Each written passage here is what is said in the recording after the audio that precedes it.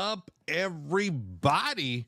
This is the Nerd Cave News, and I am one of your hosts, Zach Dykes, joined along with the man that walks the walk, talks the talk, the urban hiking legend himself, and CPA of your dreams, because, baby, it's been tax season.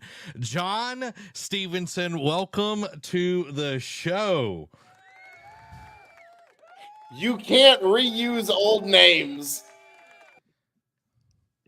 Well, the thing is, I forgot to ask Amy for a name, so that's your name tonight. John Stevenson, welcome to the show. You know what? I'm going to make this short and sweet. It's the last name on the list. How did you were like, oh man, the walk's the walk, yeah, talk's the talk. You're like, oh yeah, I'm liking this. I'm liking where this going. You know what I mean? And then I think when I said urban hiking legend, that's you knew where we were going. No. Well, I am glad that you are all here. Welcome. This is the Nerd Cave News, where we run you through all the video game news that you need to know. Amy forgot too. See, she said I forgot. Hey, it's okay. I'm about to say, Zach can get creative once in a while. He can contribute, but so Amy, you've more than contributed. You're excused for this week. Zach, it's on you, buddy. You got to get more creative than that. Okay, you want a more creative one? We can just leave it like because I know you're going to pull something worse. Okay. Well, John Stevenson's already number 8 on the list. Guys, we're in the top 10. We're in the top 10. Let me just say, John Stevenson by default is in the top 10. But wait till the end of the year. It'll be in the bottom 10. Nah, not on my ranking. Well, all your rankings have been John Stevenson because you do that whole shtick where it's like, wait a minute, so-and-so is actually John Stevenson. Hey, I'm just being honest. It's like the movie Master of Disguise. You know what I mean? Like, yeah. Who's your daddy? You know what I mean? It's been so long since I've seen anything Austin Powers. That isn't Austin Powers, bro. Master of Disguise? It's not Austin Powers. It's Dana Carvey. Oh. Then what? But it's there's an Austin Powers movie with the name Master or something, isn't it? No, there's Austin Powers. The Spy Who Shagged Me. Yeah, and then there's Goldmember. Okay. And then I think it's just we're looking it up. International Man of Mystery is the first one. Okay. Yeah, so International Man of Mystery, The Spy Who Shagged Me, and Goldmember are the 3. Interesting. Okay. Yeah. We watched it about a year or so ago. It's a very interesting movie for the time and everything. It's like, all right, this is like the dude that played Data from Star Trek The Next Generation is the villain. So that is interesting. Yeah. Yeah, we watched it about a year or so ago, and yeah, it was something. Yeah. It was something. But yeah, who's your daddy? Is that's what you gotta say when you're slapping somebody. Who's your daddy? Everybody's like, wow, this show took a turn. I know. Let's get it back on track, Derek. What you been playing? So I'm still in the Hogwarts Legacy grind. I'm making decent progress. I did play for a bunch of hours on Saturday. I got, for whatever reason, grocery life, you get up early and woke up at 4 a.m. Could not get back. Now, I went to bed early, but I woke up at 4 a.m. Couldn't get back to sleep. So I'm just like, all right, let me eat breakfast and all that. And then about 7 o'clock-ish is when I started playing. Played till 7 till about like 3:30. Now, Granted, there was I did a bunch of side quests, a bunch of collectathons, but I did progress the main story. I did the second trial in the main story. So I finished that, ended on a good note, strong note. So some intriguing things going on. You just come to the revelation of what one of the characters in the history. I forget her name. That plays a part with like all like the headmasters of Mm-hmm. that you meet, and she found something like she found some form of magic that you can use, and they're all like, "What is this? What is this?" You know what I mean? So, Yeah. and I did do Yeah. this. I did do this, and I'm intrigued to see where it being because I can see where it can go, but I'm interested to see where if it will go there.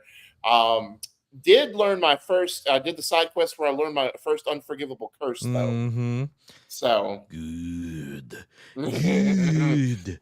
Use soon, your anger. pretty soon I'll just be Avada Kedavra, everybody. It is quite delectable. I will say that. I can imagine. Quite delectable. Well, Derek, I'm glad you're still grinding away on Hogwarts Legacy. Mhm. I know that was one of the games that you were talking about at the end of last year that you wish you would have been able to get to. Yeah. So I'm glad that you're finally getting to it and getting some time with it.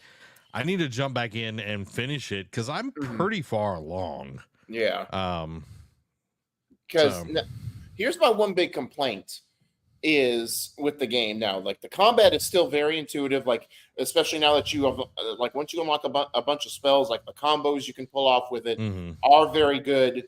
The puzzle solving gets very mundane after you do all the types, especially like the Merlin trials. Like the Merlin trials, like once you do every type, it's just like, okay, I know the deal. Like it just Yeah. like you know what to do, so it doesn't get like challenging. But at the same time, it's just like you could have come up with some other like some fresh ideas for later in the game. Yeah, I feel that for sure.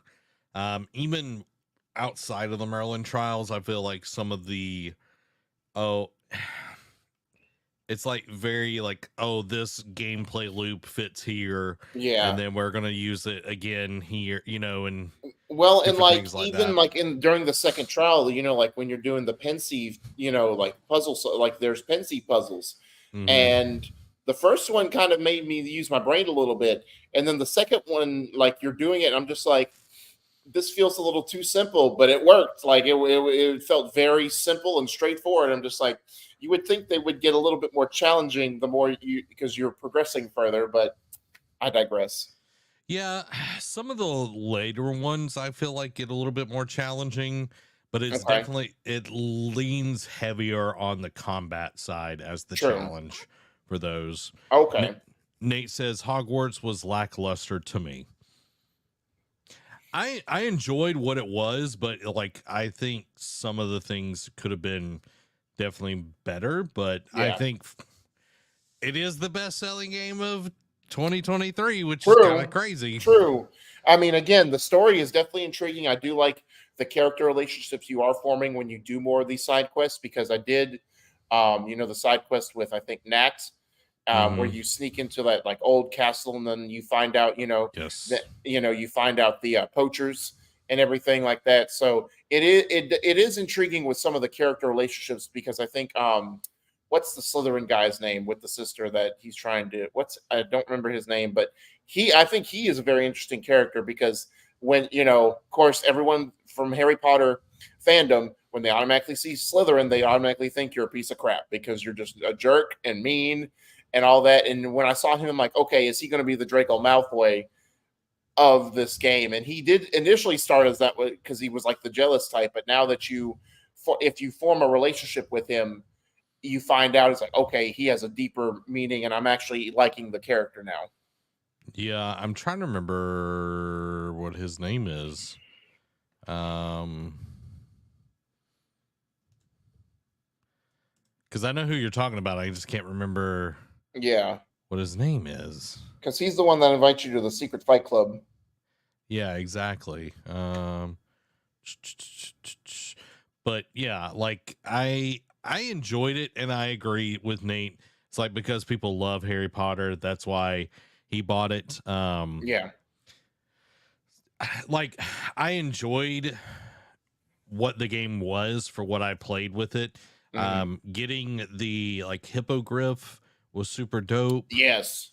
And you know, like you can also get other ones. Like I think you got the pre-ordered, so you can like change the hippogriff into, because you've got the dark arts. Yes.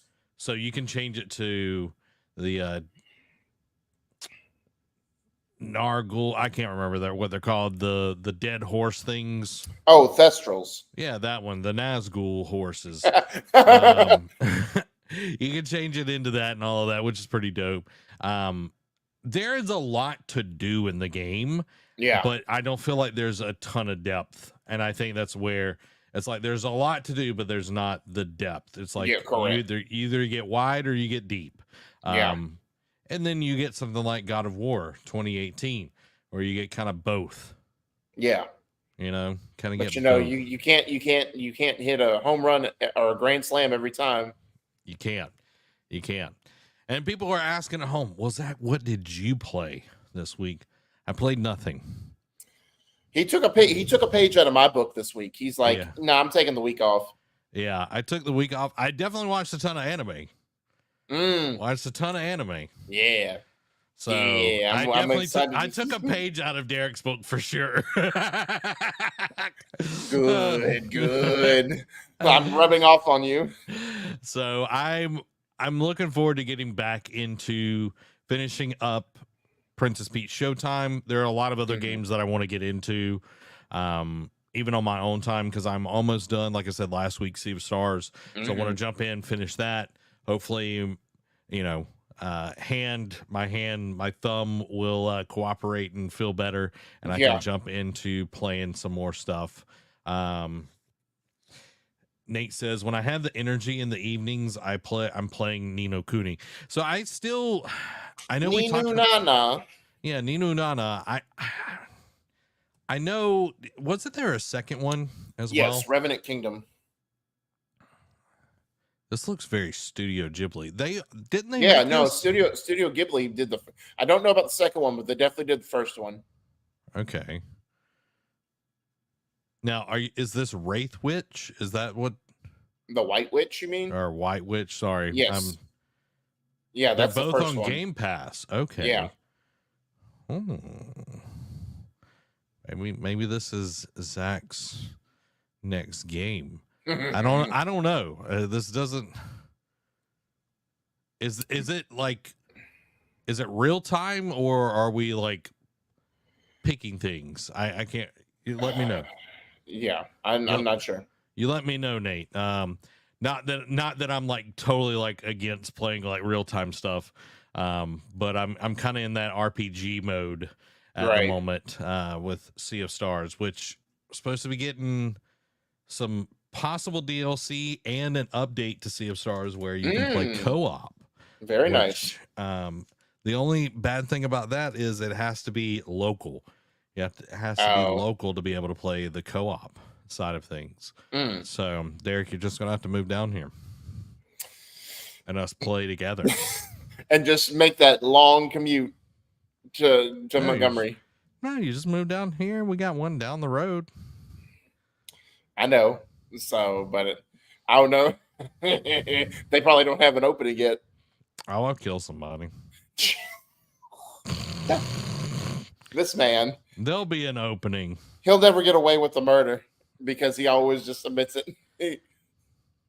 Well, and I'm benevolent. You know what I mean? I'm giving them an extended vacation. A permanent vacation. Yeah, extended for the rest of their lives. Like they don't have to worry about money. They don't have to worry about getting up for work. Like they just get to rest. In peace. Yep. Yep. Always in peace. Nick says the combat is somewhat turn-based. Okay. I have to look into it. I'm interested. Derek. Yeah. This week in gaming, we got more layoffs. The PlayStation 5 Pro specs are solidified to a degree, and tipping devs might become a thing because this is the Nerd Cave News, and this episode is brought to you by the Epic Games Store, where you can go support us by using our creator code NERDCAVE at checkout. and it costs you nothing extra. And it's much, much appreciated, even on the free games that they got over there. Also, we're brought to you by Coffee Brain Coffee and our wonderful patrons, but more about that later. Let's jump into the gaming discussion for the week. The IDGA, let's try that one more time. The IDGA puts out a call to studio leaders saying leadership must prioritize sustainability efforts to prevent layoffs. So the IDGA, a nonprofit organization representing thousands of game developers worldwide, is calling on studio leaders to prioritize sustainable efforts to prevent layoffs. With over 8,700 game developers impacted by layoffs this year, the organization emphasizes the gravity of the situation and its impact on the industry. Layoffs can lead to skill gaps and underrepresentation of diversity demographics within the games industry. Studios must understand that periods of accelerated growth are usually followed by periods of stagnation or decline, and plan accordingly to avoid drastic headcount reductions. Maintaining multiple projects can reduce risk and headcount fluctuations, providing a better chance of success and utilizing talent effectively. Transparent communication with your team is essential, addressing concerns related to well-being and job security. So, reading about this is a very intriguing point because, again, like in some of the quick hits, we are topic of conversation every week: layoffs. More studios are laying off, or studios are just shutting down. Like to spoil one of them, the Immortals of AVM Dev pretty much furloughed their entire staff, pretty much reportedly. Jeez. Yeah, so it's ridiculous, and some of it is financial decline. Some of it is like, hey, we went all in on this project and it didn't have a good ROI. So now we unfortunately have to shutter the doors, or, pretty much let everyone go. But others are, like it said, being greedy because, like we talked about, I think it was last week or maybe the week before, COVID brought in a bunch of jobs, and everyone was staffing up because they were like, hey, let's put a bunch of projects because that's all anyone's doing right now is game. And now that everyone's back to work or back to a somewhat normal lifestyle, that has gone away. Gaming hours have been reduced. And yes, still people work from home, but it's not as frequent because you can go outside, touch grass, go out to eat, kiss your loved ones, that kind of thing. So it is reducing projects. And I do agree with that point of, don't spread yourself too thin. Don't greenlight 4 or 5 projects when you don't have the staff. And then even if you do hire a bunch of staff, and then it's like, well, this is not going to be greenlit, or this is not the vision we had in mind, or we want to do this genre, we want to enter this genre of live service, but now it's not sustainable, or people don't like this aspect of it anymore, and we were going to have it in our game. So we got to just 86 it and get rid of everyone on staff. Yeah. This pretty much says, and in a degree, people have been doing this, like even before, like massive layoffs, like since the Activision debacle, since other studios have had like toxic work culture, they have been doing a call to arms with unionizing, and some have already done that. But I think the IDGA is wanting to do this on a broader spectrum, just make it an industry-wide thing rather than just leave it up to certain studios to their own devices to do this. Yeah, 100%. And a lot of this is publishers that own developers. Yeah. They're pushing this kind of behavior because most developers, 9 times out of 10, they've, leadership has risen through the ranks of being a developer. So they might not have the best sense of what is healthy as a leader because they've been treated that same way. It's like, oh, well, this is how it's done. And they don't understand business because they've been developing games. They're game developers, not businessmen. And understanding how to have longevity is important because there are going to be ebbs and flows with any kind of industry. And especially when there's a big boom, there's a lot of people, buying games, especially during COVID, a lot of people had excessive time and a lot of money that, we've has caused inflation now. Yeah. But you know, people were looking for ways to distract themselves. Now everybody's paying for that time that they were staying at home by Yup. going back to work in office, you know, trying to make back money and all of that sort of deal. But if leadership actually understands, hey, yeah, there's going to be those, you know, feast or famine times, but if we plan accordingly, if we store Yeah. things up, if we have projects that actually can make money, can actually Mhm. do well, then we won't have to reduce headcount continually. And unions, I think, are important, but at the same time, it definitely can paint a target on specific people that Right. unionize. We've seen it with Google. There was a union that formed there. They automatically got fired like the next week. We've seen it with IGN as well. They unionized, and then a few days, you know, a week or so later, they started firing people. So it's, unions are there to help, but it also, I'm not saying don't unionize, that don't take that from this, Yeah. but it's like you have to know how to work within the system and Yeah. work with that, but it also comes from leadership. It's not just the Correct. employees' job to help, you know, make their, you know, place stable. It's the leadership. Right. And we're constantly told that we have to overperform to keep our jobs, not to even get raises. We have to continue to be efficient. We got to keep doing X, Y, and Z and all of that. But it's Mhm. like, it at some point you can only squeeze so much out of a rag. Correct.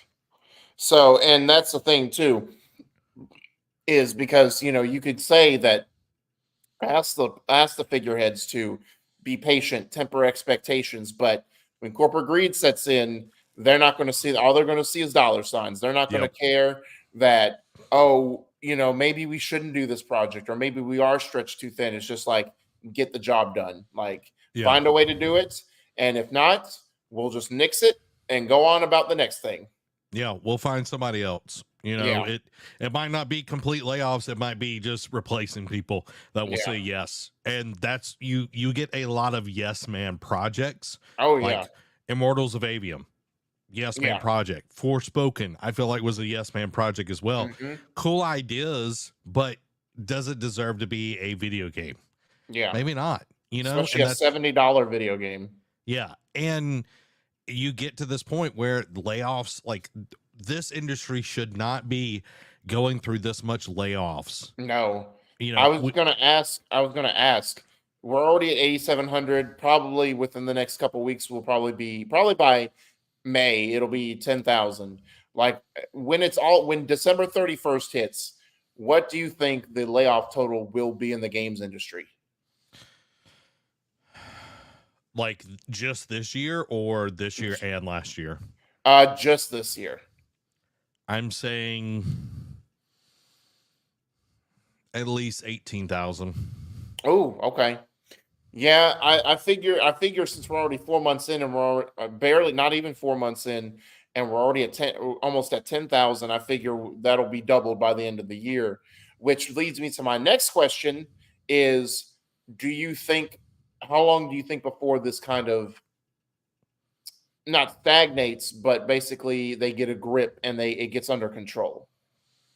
I figure 2025 is when we start seeing things kind of level out, where we're not constantly talking Every about week. every week. And you know, it's not like NFTs. These are actual people that are getting affected by this. And Right. that's the thing that really sucks. It's like, because people bet on NFTs and live service games Or and AI. AI, it's like things that shouldn't be, like, you can use AI to do a lot of things, but it's Hmm. like you got to have people that are actually doing it to make Right. the AI work and everything. That's a whole nother thing we could go down, but it's like, I don't think we see this kind of the blood flow stemming anytime soon. I think it's going to be 2025.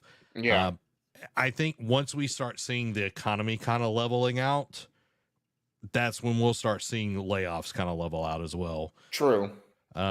And to Dan's point, unions are fine and all. I just don't want to be forced into one just to join a particular industry. And I agree, because I know that's how a lot of unions, like, they gobble up all the jobs, especially back in like the 80s. My uncle and my grandfather, they were what were called boilermakers. They were welders. And to be able to get any jobs, you had to be part of the Boilermaker Union to get any kind of work. Right. That was actually, worth any kind of money and everything. So I just hate that what's going on right now, because there are so many talented people that are losing their jobs, and not just from Xbox or PlayStation. It's industry wide. The only place I haven't really heard any is from Nintendo. Yeah, that's true. Yet, now watch. We'll talk about next week that they lay off like a quarter of their staff. Well, I did say it about Rockstar and Take-Two letting some people go. Yeah. So maybe I shouldn't call anybody out, like praise anybody, because it's like always every time I say that, it's like people get let go. So it stinks, and I agree with Amy. Layoffs is like a 4-letter word to me now. It's like every week we talk about this, and it sucks so much. One thing that I do see coming from this is we're going to see a lot of new developers, like new development companies spring from this, especially once like financial like things get kind of sorted out. We're going to see a lot of studios spring up from this, and hopefully we'll have a much better way of handling projects and leadership and just things within themselves. So we hope so. Hopefully we'll get a lot of better things, and I'm glad that somebody is calling leadership to actually be leaders. So a concept. So IDGA or IGDA, I don't remember which one it is, but it's 2 different ways in the article. But good on you. Keep doing the do. Mountain Dew. Mountain Dew. Put a 5 in chat if y'all drink Mountain Dew every day. It's like drinking radioactive acid right now. So, guys, let's jump into our next story. Ex-Blizzard boss Mike Ybarra says players should be able to tip devs after completing a game. So Mike Ybarra, former president of Blizzard Entertainment, suggests that players should have the option to tip game developers after completing a game. Ybarra believes that some games leave such a lasting impression that players would willingly contribute more than the initial purchase price to show their appreciation. He mentions games like Horizon Zero Dawn, God of War, Red Dead Redemption 2, Baldur's Gate 3, Elden Ring, etc., which have created remarkable experiences that players feel are worth more than what they paid. Ybarra acknowledges that $70 is already a significant investment for many players, but adding a tipping option at the end of the game could be a way to express gratitude for exceptional experiences. He emphasizes that this concept is different from the pressure to tip in other industries and is purely voluntary, aimed at rewarding developers for their outstanding work. So I'm of 2 minds with this, right? My one mind is I feel like he does have a point to an extent where it's like, like we play a $70 game like Horizon or Baldur's Gate 3 and you get 100, 200 hour, session out of it. You get more than your money's worth. So it's like, you know what? I do feel like tipping a little bit. But some of them, like obviously like now, and it's subjective. Like if you play Warzone, right? Now, obviously that's just a multiplayer centric game. You're going to spend 1,000 hours and it's a free to play initial game and you might spend some stuff, but and that even if you do enjoy it, like here, you can still tip. So, and that would help with costs. I feel like, if you do like, they always complain about cost and how long it takes to make a game. And especially if certain games don't hit these unrecognized, like unreasonable cost quote or like sales quotas or whatnot, I do feel like it would help in that regard.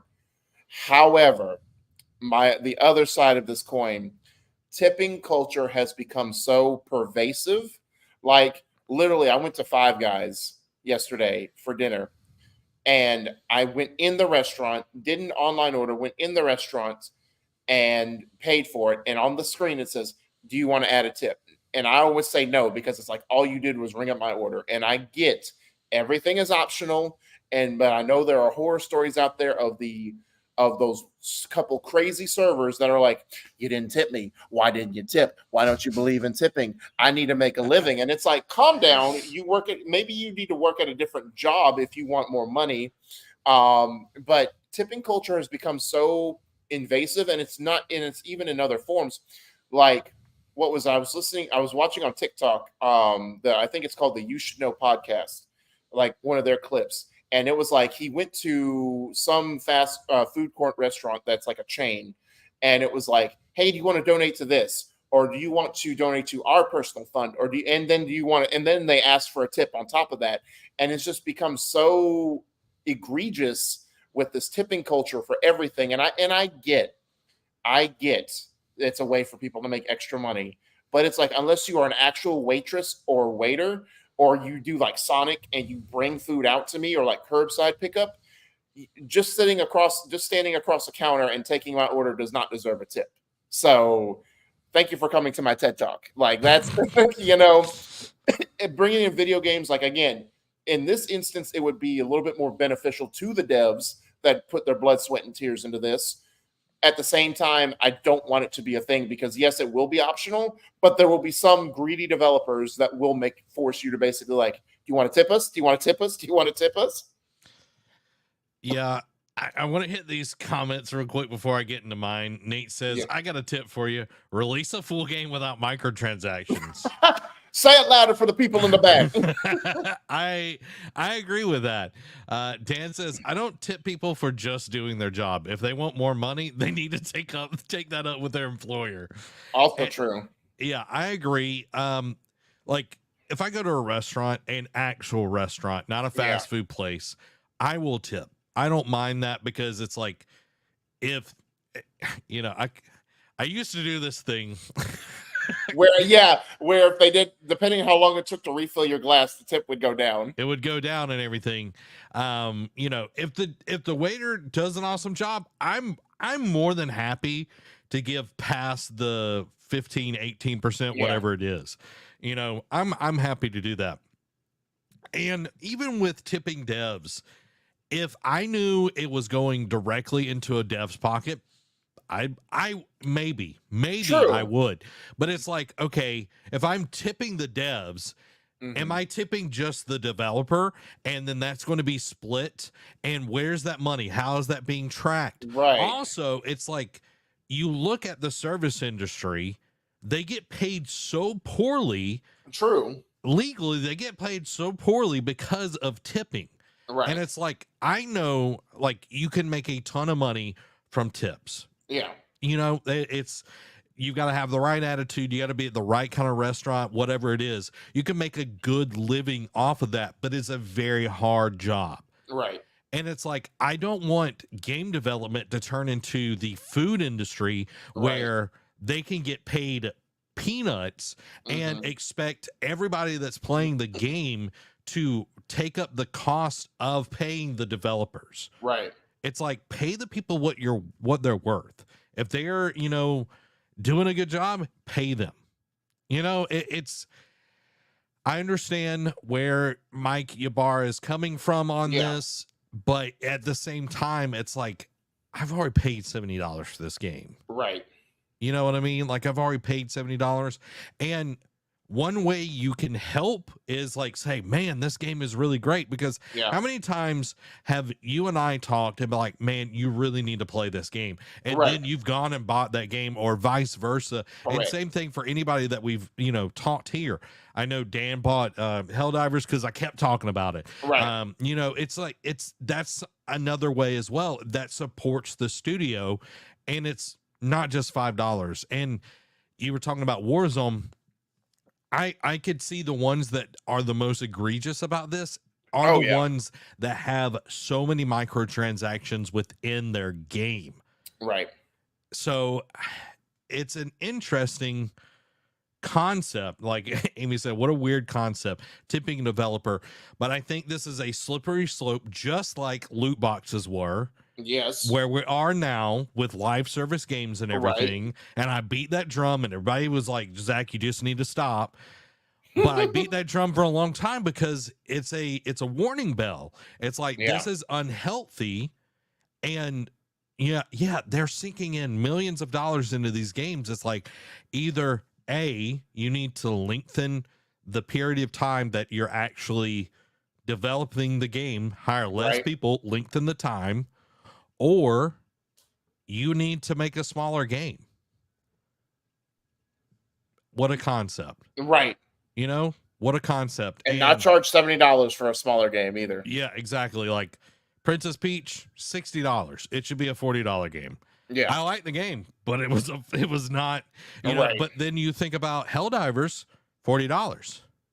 That's well worth a $60, $70 price tag. Yeah, like that one should have been a $70 game, to be honest. Yeah. Just the amount of content, and they're constantly, you know, they're doing a live service game right. So all that to be said here, I'm putting a bow on this. I think this is an interesting way to look at it, but I also think that this is something that could create a very, very unhealthy work environment for developers, where the leadership are paying them less and they're expecting the consumer to foot the bill on their actual employment. Right. And again, we don't know where all that money is going to go, how it's going to be divided. You know, does it trickle down? Because trickle down economics. Well, and you know, and that's another good point too, because if you tip it, like, you don't know where it goes, because you're saying you're tipping the devs, but it could go up the chain to like the multimillionaire who's already, like, you know, the head honcho who's already swimming in money. It's like, you don't need any more from us. You get enough from investors. You don't need from me, man. Like, give it to the people who actually put their blood, sweat, and tears into this. Yeah. And think about all the weird, like, scammy charities where, you donate and they only give a percentage to whatever it actually is. Right. You know, like I remember there was one that was like for like Haiti relief, and it was like, yes, like super, super small percentage actually went to Haiti relief. The rest went into their pockets. And it's like, is tipping the dev going to the shareholders, and then a percentage goes down to the devs from there, you know? So it is very, very strange, and I don't necessarily like it. But one thing that you could do that would make you extremely happy, and something that you would like, is some Coffee Brain coffee, because they have nearly 4,000 verified reviews. And if you actually buy from Coffee Brain coffee, guess what? You get the coffee. You get the it's a crazy concept. I know. Nick, you know, tip yourself right now by getting some Coffee Brain coffee. They've got 12 coffee blends, 12 organic teas, 3 hot cocoa flavors. Cold brew and K-Cups are available, and they also have a reusable K-Cup that you can get, and you can fill it in with like whatever kind of coffee that you want. So there you go. You can get that little K-Cup, and then, you know, oh, I ran out of Coffee Brain coffee. I got something else in here. There you go. Boom. You got it. And you're also supporting us there. There you go. Yeah. Amy said she got a refill for them for $5.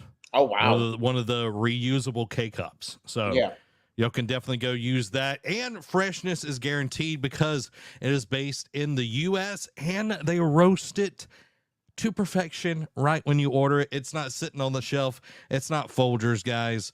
So elevate your Coffee Brand experience with Coffee Brand coffee. Use code NERDCAVE at checkout or in the link in the description to get 5% off your order today. That blueberry cobbler coffee. Every time I think about it, I'm just like, sounds intriguing, but I don't like coffee. But still, for those guys, because I would try the teas. Because what was that one tea? The oolong. Yes, the oolong tea. I would definitely oolong tea. It does sound good. That sounds amazing. Funny thing is, I didn't know oolong was a tea until like in the last year, because I was like, oh, that's just a Dragon Ball Z character. Right. That's weird that, but it's like you nerd. Toriyama literally called like so many of the characters are literally named after food. Yeah. In Dragon Ball and Dragon Ball Z. So there you go. The more you know, and knowing's half the battle. Let's jump into some PlayStation news. PlayStation 5 Pro is seemingly real and will emphasize ray tracing as developers were told to prepare their games for new hardware. So Sony is instructing developers to prepare and optimize their games for the more powerful hardware of the PS5 Pro. The emphasis for optimization is on improving ray tracing support, a technology that enhances visual realism in games.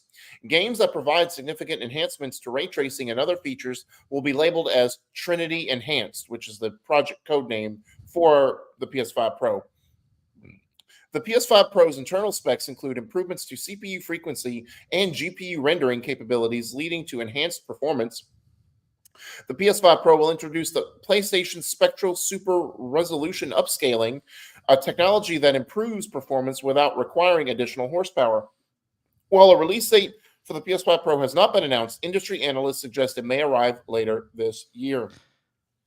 Now, obviously, for the last couple of weeks, we've been hot and heavy with rumors about a bunch of the specs. I know you did some TikToks on it when it became like a first official thing, or like rumors were starting to run rampant. So when it starts running rampant, there's going to always start this. The truth is always going to start to shed some light, and it looks like they're basically being told, "Hey, this is a real thing. We're preparing for this. We're trying to start squeezing the rag from this now." So what are your thoughts on the potential the potential improvements of this PS5 Pro? Like, does it tickle your fancy at all? No, it does not at all. It's one of those things. It's like it's just visual fidelity at this point. I don't feel like it's actually getting anything extra for the money that it's going to be. And the PlayStation 5 RA loads extremely fast. Right. So it's like, okay, we're getting better ray tracing. The CPU is essentially the same. They're just kind of clocking it better. Right. And I don't know. I don't feel like it's like moving the needle for me when you think about the PlayStation 4 Pro compared to the Slim or the original launch model. It was a huge step up from the base model. Right. And I'm sure like we'll see the comparisons that IGN does, from, this to this, and there will be a difference, but it's kind of like going from a base graphics card to a TI. It's like, yeah, there is, a jump in that, but it's not, to me, it's not worth the money. Right. But I do want to point out PlayStation Spectral Super Resolution Upscaling. That's going to be my new PlayStation virtual reality too. The PSSR? Yeah, the PlayStation Spectral Super Resolution Upscaling. You're going to get so tongue twisted and tongue tied, you won't be able to say it. You already have a problem with pronouncing stuff. This is going to like really put you in a bind, my guy. Maybe this is my, Sally sold she you can't even say the PlayStation Spectral Super Resolution Upscaling is my favorite thing. Also, it's very close to the USSR. One letter off. Comrade. Yeah, it's like like, does this, like, Derek, are you running out to GameStop? Are you going back to the old stomping grounds? I'm like, give me that PS5 Pro, boy. Probably not. I'm in the same boat as you, especially because my next question is like, how much do you think they will charge for this? Because, when the PS4 Pro came out, they dropped the price of the original PS4 and the Slim, and then they just made it $400 again. So we came full circle. because the Yeah. original PS4 was 400. By the time the Pro came out, it was 400. So do you think they'll do that again, or do you think with inflation they'll make it more expensive? Because they can't do another $600 console. I'm sorry. I think they are. Ugh. Dude, the PlayStation Virtual Reality 2 is $600 already. This, I'm saying $600 or $650. Just being honest. Like, I don't think they take a loss on the Pro, especially with the PlayStation Spectral Super Resolution upscaling. Like, the PlayStation Spectral Super Resolution upscaling is the whole selling point of the PlayStation 5 Pro, because without the PlayStation Spectral Super Resolution upscaling, what do you really have in the PlayStation 5 Pro? Especially without the PlayStation Spectral Super Resolution upscaling. You know what I mean? I'm starting to hear you, like, it's starting to come out of super fragilistic expialidocious. I'm just saying, Derek, like, if you don't have the PlayStation Super Spectral Resolution upscaling, you don't have anything. You don't have anything. You know what I mean? But no, the short and sweet of it is, it's not going to get me to rush out to the nearest store and buy it. Yeah. Especially if it's going to be that expensive. Like, I'll say, my base model PS5 works just as well. And if push comes to shove, I'll buy an external hard drive. Yeah. I think they're charging by syllables for the PlayStation Spectral Super Resolution upscaling. That's how they're trying to, try to get their money's worth out of it. Sure. Wouldn't you agree? Wouldn't you agree, Derek? Yeah, to an extent, I agree. Yeah, I would agree. Guys, we got some at least decent PlayStation news, though. Ghost of Tsushima Director's Cut, the first PC port to include trophy support. So Zach's game of the every year. This PC port is the first from PlayStation Studios to use a new PlayStation overlay, allowing users to access their PlayStation profile, including friends list and trophies. Alongside the PlayStation overlay announcement, Nixus Software also revealed that the system requirements for running Ghost of Tsushima Director's Cut on PC, it's a month away, guys, May 16th. And Zach will probably will find a way in the next 30 days, move heaven and earth to make sure he can play another run of Ghost of Tsushima. Well, you can go to patreon.com/nerdcave, support us there, so we can make this a reality, guys. If we got a PC for the release date, I will promise this right now. If we were able to get a PC for the release date, Derek, I would play Ghost of Tsushima on stream. There you go. There we go. What I play Man with butt mouse and and keys all. for? Huh? Man butt and all. we would cut away from those. But yeah, and the one thing that I wish we were, able to get with this was the PlayStation Spectral Super Resolution upscaling. But, I'm excited that we are getting trophy support for the PlayStation games going forward. I don't know if they're going to introduce it for the past games. Because like Nexus is the one that has been working on this port. They're the ones that developed the technology and everything. They're a studio that PlayStation bought and everything. Right. So I'm excited for it.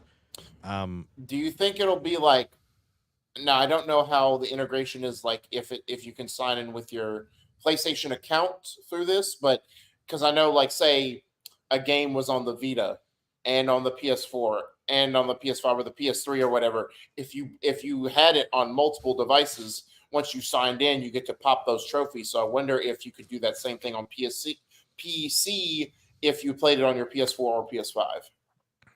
Yeah, I would assume that since they're bringing trophies over, that it would have trophies. I don't know if they would pop automatically, though. True. Because unless you play the director's cut on the PlayStation 5, because it's the same game, right? I don't know. I don't know how they're going to go about that. I don't know. There. Only time will tell. Only time will tell, and hopefully they add the PlayStation Spectral Super Resolution upscaling sometime soon. Not on the PC. Oh, they already have the PlayStation Spectral Super Resolution upscaling. That's right. You gonna make me say something I'm not gonna enjoy saying. That you love me? No, I do enjoy saying that at least. I'm just gonna say I hope they don't make Ghost 2 because if you keep saying this. Dude, you know if they didn't make Ghost 2, you would have a hissy fit and a half. Only if they made like the super awesome special collector's edition that you for like a game that you were really super excited for, and then a week before launch they declined it. They said, "Nah, we can't do it anymore." Looking at you, Arkham Knight, but that's neither here nor there. Yeah, well, we both know why that happens because they didn't have the PlayStation Spectral Super Resolution. It wasn't even in a conception stage yet, Zach. Guys, let's jump into the PlayStation quickies. Brought to you by the PlayStation Super Resolution, Super Spectral Resolution. Upscaling. PS1 turned into working handheld by Florida-based model Eveltal Griffin. Phone Stars reportedly suffers a huge 94% loss in player base 2 months after release. Gee, who saw that coming? Ooh. Stellar Blade preload begins on April 19th. Yoko Taro says Stellar Blade is superior to Nier Automata. Helldivers 2 new premium Warbond Democratic Detonation is now available and adds exploding crossbow, grenade pistol, and more. Following that, Helldivers 2 stealth drops new ship upgrades, and some of them sound amazing. Arrowhead explains why it will never get a transmog system. Rumor Destiny 3 could be in development under the codename Payback. Final Fantasy VII Remake Part 3 release is targeting 2027, according to Square Enix. Following that, Final Fantasy VII Rebirth sales are underperforming, according to Nico Partners analyst. And lastly, Final Fantasy XVI DLC director Takayo Ryoka says the game was a success in adding a younger audience.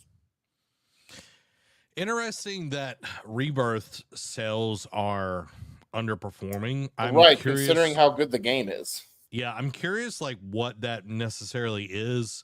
Yeah. But like you also have to think Remake came out in 2020. Yeah. April 10th, 2020. So Yeah. height of COVID lockdowns. Right. So people are looking for something to play. Correct. And it goes back to like our conversation earlier in the episode. People are working. They've got less funds to put towards games and everything. Mhm. And we talked about even last week that people are playing games that are 6+ years older, mostly, when you think about a lot of the big GTA games. and Fortnite. Yeah. So it does kind of make sense that Rebirth is kind of underperforming because people are just not spending money. I know once people do have the money and the time, I think we will see that it will sell more over time. True. Than in the initial release. Because I know like book sales and game sales are very similar, where majority of the time is the main bulk is at the beginning. The first 2 months is where you're going to get the bulk of the sales. Right. But I think with Rebirth and most games that are going to do well it's going to kind of do this, where it's just going to get bigger as time goes on. And that's, I hate that it is underperforming, but it is just the reality of how the world works right now. Is people just don't have the extra money when eggs cost $10. Yeah. I don't know if they cost $10. I don't go buy groceries, but I'm saying they're $10. Yeah. You know what I mean? And you're probably not far off with some things. Carton of milk is like your kidney. You got to pay with 5 years of your life and go work in a salt mine or something like that for 5 years. They did a movie on that. I think it was Justin Timberlake, where it's like you paid in years in your life. Was it Justin Timberlake or Jude Law? No, I think it was Justin Timberlake. Oh, what is that? I know what that was. What I was referencing. Yeah, movie that people pay with time. In time. Okay, Justin Timberlake. All Okay. All right. Hmm. I thought Jude Law was in this as well. Let's see. We're looking at cast. Mm-hmm. Cillian Murphy, Oh, Olivia wow. Wilde, Amanda Seyfried. Wow. Wow. A lot of Big names. Johnny Galecki, which is a name people probably won't remember. Mm-mm. I don't remember it either. I was just kidding. So some bigger names up in there. Who is Shallow Oostwald? Who is this person? Bless you. Oostwald. Oostwald. American Horror Story. Whatever. Got me distracted. Mikey says those numbers include PC numbers for remake. Doesn't drop for PC until next month. So yeah, true. True. That's a good point. Yeah, remake would have that for sure. Yeah. But I'm wondering, like, I'm sure the PC crowd will go crazy for it and will help the numbers and everything. I think also, it goes back to the conversation of exclusives. It's like, yeah, how is that affecting sales of some games? Right. Because, correct me if I'm wrong, because when I think on the box art for remake, they said exclusive until I think it was like for a year or two. And I still don't, if memory serves right, remake is still not on Xbox. So yeah, it's only on PlayStation and PC. Yeah. Which is crazy. Maybe they're at this point they're just waiting to release the whole trilogy and then put it on Xbox. But it's still like that's a crappy way of doing it because like why would you put on the box art that it's exclusive until this date, getting Xbox fans' hopes up, and then it's like they're just sitting there like SpongeBob at the cafe, like where are we at though? Why don't we get love? Yeah, I feel like just kind of how like Xbox is doing with Skull and Bones, Hi-Fi Rush, those 4 games that they're putting on PlayStation. I think it's time to get remake and the it was like the DLC that they put out as well with remake and everything. Intergrade. Yeah, they need to put that out on Xbox. Get some money flowing in, especially if they're making part 3. It's like they need that cash influx so people aren't being let go. You know what I mean? Because that'll be the next one. But then again, thinking about it, this is also Square Enix's MO for creating unrealistic sales expectations. Because I'm still old enough to remember the year we got Tomb Raider, the start of the Tomb Raider remake, Sleeping Dogs, and something else. And Sleeping Dogs sold 1 million copies, and it still underperformed. And it's like a new IP sells 1 million and it underperforms. What was your sales projections, my guy? Like, man, Sleeping Dogs, such a good game. Yeah. Such a good game. I wish we would get more, but it's never going to happen. Nope. It's never going to happen. But you know what's going to happen? The quick hits, because they're brought to you by Patreon. You should go over there right now, guys. Go support us. Yeah, do it. Do it. We got anime show. We got something we can't say that's on over there because you know people, certain areas hate us. Yeah. So if you like anime, you can go watch some anime show stuff. Eat Sleep Anime over there. And if you want to support shows like the Nerd Cave News, which we put a ton of work in every week. It's not just the show we do here live. We're reading, we're writing, we're doing arithmetic, we're crunching the numbers, guys. We're getting on the pavement. We're going. We got our press tab in our hat. We're like, tell me how. See, we're writing down notes. We're getting all the things. We're going at it, guys. Yeah, see, yeah. If you want to keep awesome shows like this one going, help us and go support us over on patreon.com/nerdcave, where you can pick a tier that fits best for you. If you don't have any dollars to toss, that's okay too. You can join for free and get all the free posts that we put over there as well. But you can also be getting cool stuff that nobody else is getting to see. It's not on YouTube. Yeah, true. early access, and anything Eat Sleep Anime is always going to be early access Oh yeah. over on Patreon. So if y'all like the animes, y'all need to go support us there. Throw But some Derek, dollars to make us holler. yeah, exactly. Ow! Because I've been watching a lot of anime, guys. I got a lot to say. Yeah. I got a lot to say. I got a lot of questions. So, as Derek's been training, he's been doing his training arc. He's ready for the Patreon quick hits. The Hashira arc starts now. There we go. Starting off, IO Interactive announces ex Massive Development Entertainment dev as mission director for Project 007. Sega is celebrating all things Shadow the Hedgehog with Fearless: The Year of Shadow. Mortal Kombat 1 Ermac DLC launches on April 23rd, with Mavado joining the cameo roster in May. EA shoots down rumors that a Dead Space 2 remake was in the works before being canceled. Following that, the Dead Space series is on ice yet again as ideas for a new game last year reportedly fizzled out. Evil Empire reveals the Rogue Prince of Persia, a 2D action roguelite releasing in early access May 14th. Slay the Spire 2 announced and will arrive first on PC in early access in 2025. EA Play subscription prices are being increased on May 10th, with the Pro annual membership costing you $120. Miniclip has acquired Power Wash Simulator dev Future Lab. The first trailer for Tales of the Shire will premiere on April 22nd. Darkest Dungeon 2 gets the new Kingdoms game mode later this year. Vampire Survivors is getting Contra DLC on May 9th, with a PS5 release later this summer. V Rising gets Castlevania DLC on May 8th on PC, with the PS5 version coming later this year. Todd Howard, when asked about other Bethesda adaptations after Fallout TV series, he says, quote, "I'll probably say no, but you never know." Five Nights at Freddy's 2 confirmed for fall 2025.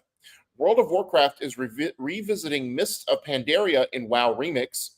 Respawn offers Apex Legends players free Apex packs in wake of account problems.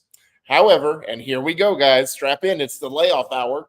EA has reportedly cut the entire Apex Legends Q&A team in the UK. Following that, Ascendant Studios the devs behind Immortals of Avium, reportedly furloughs a significant portion of its staff. Following that, Take-Two will reportedly lay off 5% of its staff and cut multiple projects. Head of Saber Interactive thinks everyone is being too tough on Embracer Group, and we should, quote, admire them for making tough decisions. Is that what you call it? Okay, bud. Fallout 4 Next Gen update brings 60 FPS to PS5 and Series X and S on April 25th. Xbox Cloud Gaming's updated UI now lets players start a party chat, find and manage friends lists, and more. Remnant 2 The Forgotten Kingdom DLC confirmed for April 23rd adds new Invoker archetype, bosses, and more. Rumor Kingdom Come Deliverance 2 is Warhorse Studios' new game. Britannia Media reportedly shuts down Possibility Space. Founder seemingly blames employees for leaking info as reasons for shutdown. Rockstar has quietly hiked up the GTA Plus price subscription. Rumor Persona 4 remake still on the way, but not for a while. Cliffhanger Games job listing suggests its Black Panther game is open world. RKGK is an anime-inspired graffiti action platformer coming later this year. Super R-Type and two Japanese exclusive SNES games join Switch Online. Fallout 76 smashes Steam player record amidst Fallout TV show success. Following that, Fallout Shelter is also getting a boost from the Fallout TV show. Blasphemous was backed on Kickstarter by Larian Studios for $1,000 and never asked for anything in return. Keanu Reeves will reportedly be voicing Shadow the Hedgehog in Sonic the Hedgehog 3. Skybound is crowdfunding support to develop a AAA Invincible game. Lawbreakers is officially making a comeback thanks to fans. Fortnite's next Star Wars crossover will span LEGO, Festival, and Battle Royale modes. Final Fantasy XIV Dawn Trail benchmark software lets you test PC performance and create a character before launch. Ubisoft responds to Star Wars Outlaws Season Pass backlash, insists that the Jabba the Hutt mission is part of the experience for all players. Nintendo is skipping Gamescom as questions about release slate and Switch 2 abound.